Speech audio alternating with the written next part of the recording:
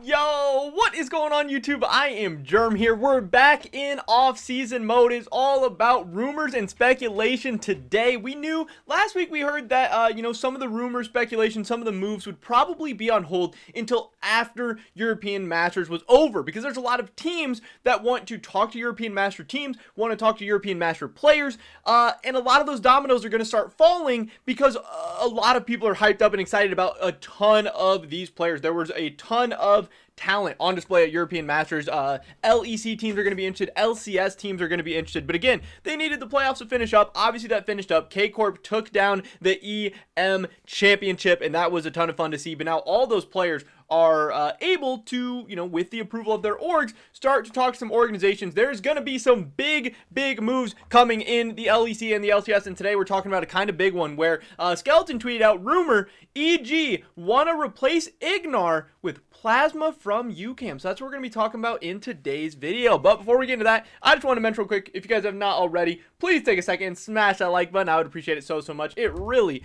does help me out with that YouTube algorithm, helping get my videos, content, channel out to more and more people. So that'd be absolutely awesome. Also, subscribe to stay up to date on all my latest content. There was a ton of rumors that dropped today. We're going to be making videos today and tomorrow, and hopefully the rest of the week, covering all the rumors, all the speculation, all the moves, and MSI as well, which starts up on Thursday. It's going to be a crazy week, so don't miss out on any of that. With that being said, let's get right into this. So, EG want to replace Ignar. They want to kick Ignar after just one split with the team. Let's take a look at the contract database first. We'll see here, Evil Genius's Ignar has a contract until November 15th, 2022. So he has 3 more splits under his contract. So this is maybe a little bit surprising on first glance that they would want to replace him after just one split. But this goes back to something we were actually talking about with Whippo the other day, that, yeah, for these players, signing a long-term contract doesn't mean much. If you have 4 splits on your contract, you think, you have some security and everything, but really, these teams are going to replace players whenever they want, whenever they see fit, whenever the money or the rosters or the potential or the opportunity makes sense. So yeah, it is crazy for Ignar that, yeah, he signed a 2-year deal, but it might end up being only a 1-split deal, and that does suck, obviously, but that's just the nature of the beast right now in the LCS, in the LEC, all over competitive League of Legends. This is obviously a really big story. Again, Evil Geniuses this past split, I believe they finished, what, 5th in the playoffs, or 5th in the regular season, then 5th in the playoffs. By the end of it, they might have been 6th. I don't know. Them and Dignitas were really close to each other. By the end of the year, some people were saying that that maybe they were the 4th best team in the LCS. Some people were saying maybe they had passed 100 Thieves, but then 100 Thieves goes out and has a really big offseason. They get Reapered. They go sign Abadage. So now 100 Thieves, TSM, Team Liquid, Cloud9, they're all looking like the top 4 teams in the LCS, battling for 3 world spots. And it looks like Evil Geniuses, even though they have a star-studded roster, they went out and spent a lot of money on Impact. Sven Skaren's not cheap. Ignar's not cheap. Jizuke is not going to be cheap. They have some veteran players, but now they're looking at 5th, maybe the 6th best team in the LCS. They're really looking at an outside shot at Worlds. It really does not seem likely. So now I can understand how they could maybe want to start looking towards the future, one, and also starting to go a little bit cheaper. There's not a ton of big money upgrades that they're going to be able to go and get, especially between spring and summer split. But going out and getting a European Master player like Plasma from UCAM, who is apparently generating a lot of interest around the world with quite a few LEC teams, maybe obviously an LCS team and Evil Geniuses as well. And who knows if he wants to go to North America? Who knows if he wants to stay in Europe? Who knows exactly the dollar amounts that are being thrown around? But for Evil Geniuses, I definitely understand how it could make sense to move on from Ignar, since obviously Ignar was not the problem with Evil Geniuses' last split. Ignar overall is still a very solid player. He wasn't amazing, he wasn't great, but he was okay, especially when playing with, definitely who everyone would kind of consider a pretty lackluster, pretty below average LCS AD carry. He was okay. He was fine. He's not like, oh, we need to replace Ignar so we can get better. It's like, we want to replace Ignar because maybe Plasma can be the support of the future. Maybe he can be better than Ignar one day, and he's a fraction of the cost right now. We're not going to win an LCS championship in the summer. We're probably not going to qualify for Worlds anyway.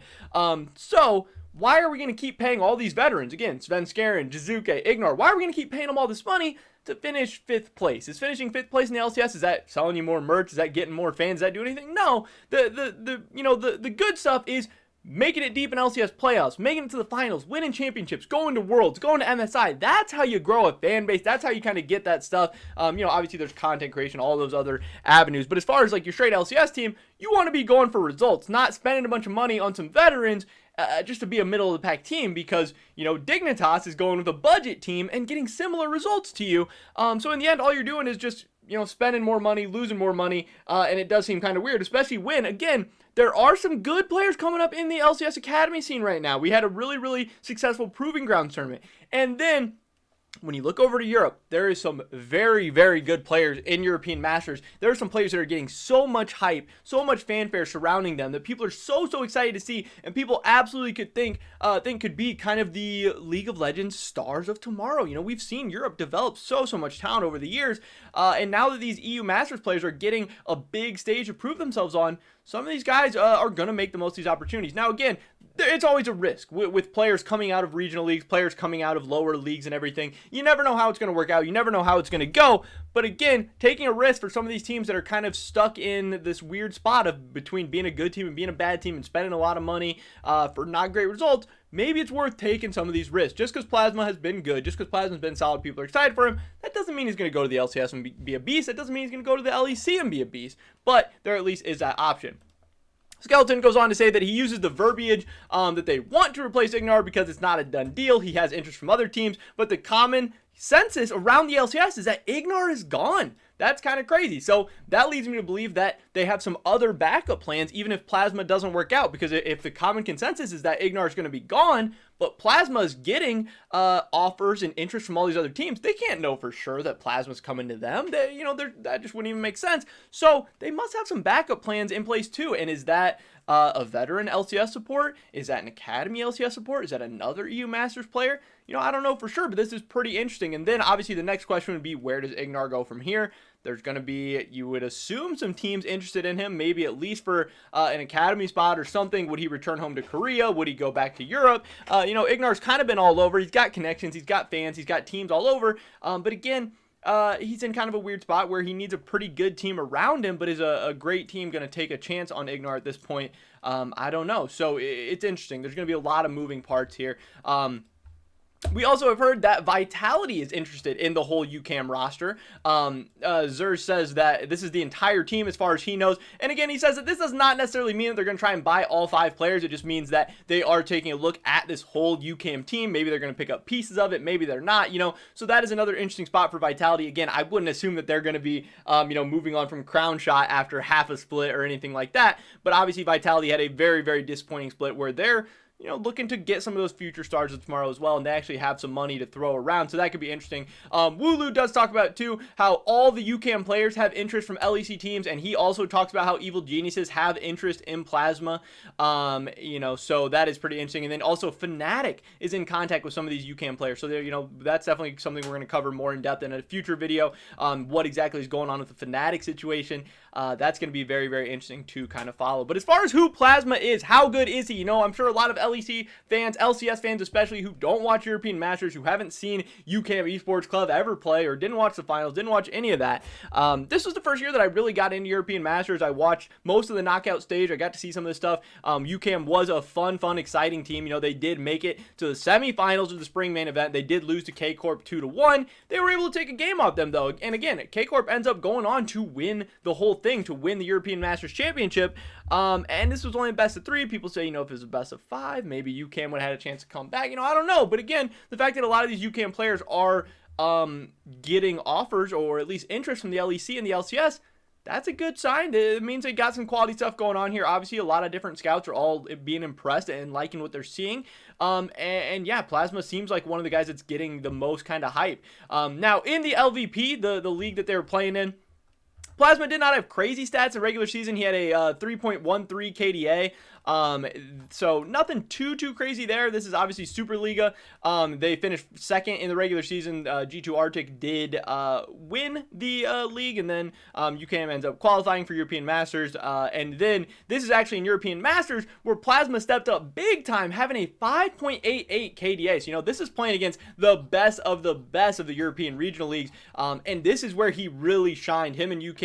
UCAM did very well. Again, making it semifinals. Nothing to scoff at all there. there. But then also with Plasma really popping off in the knockout stage and at the European Masters main event, he made a name for himself, got on a lot of people's radars, and probably played himself into either an LCS or an LEC position. As far as his champion pool, you see here, Rakan, Thresh, Alistar, playing a little bit of everything.